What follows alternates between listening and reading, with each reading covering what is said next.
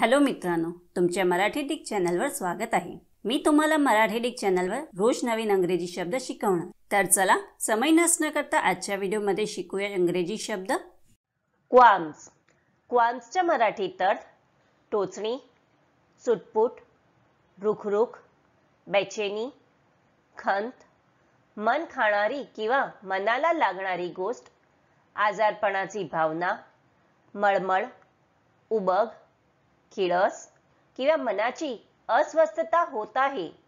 क्वाल्म्सचा आपण वाक्यात प्रयोग करून बघूया। पहिला वाक्य आहे, despite my qualms I took up the job. दुसरा वाक्य आहे, I don't have any qualms about asking him to lend me some money. तिसरा वाक्य आहे, she had no qualms about lying to the police. चौथा वाक्य आहे, he had no qualms about cheating the tax inspector. Friends, व्हिडिओला like, share आणि comment करायला विसरू नका आणि चॅनलला सबस्क्राइब करा। Thank you.